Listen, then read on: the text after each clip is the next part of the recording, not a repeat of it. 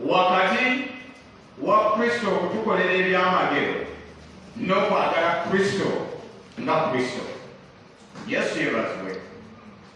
We must differentiate between okwagala Kristo ku lw'ebyamagero n'okwagala Kristo n'obulamu bwaffe bwonna n'emmeme zaffe zonna.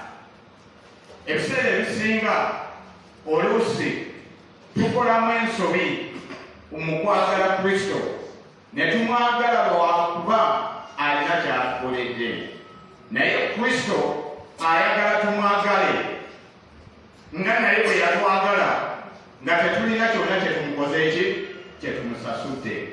Kristo okutwagala ffe talina kantu konna katwegombako. Haleluya! naye yatwagala nga bwe tuli. Jjukira we were even sinners, twali bonoonyi nga tetwagalibwa. Kati naye ayagala okwagala kwe tulina gy'ali kubeere nga si kwakulizo, ng'oyagala Kristo mu bulungi ne mu bubi. Praise the Lord.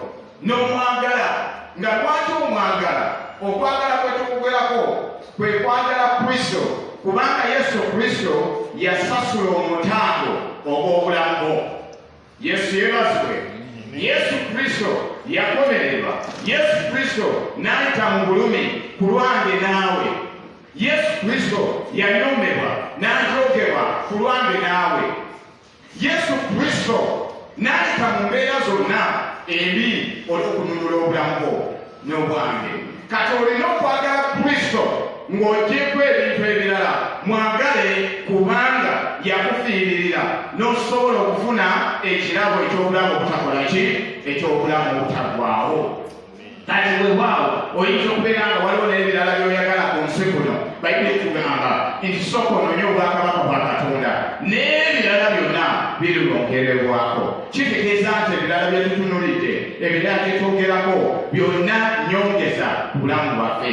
Naye primary tulina okwagala Kristo kubanga yatufiiririra era n'asasula omutango n'ayita mu bulumi bwonna ku lwange naawe. So yagala Kristo nga tewali bukwakulizo bwonna. Yesu yeebazibwe.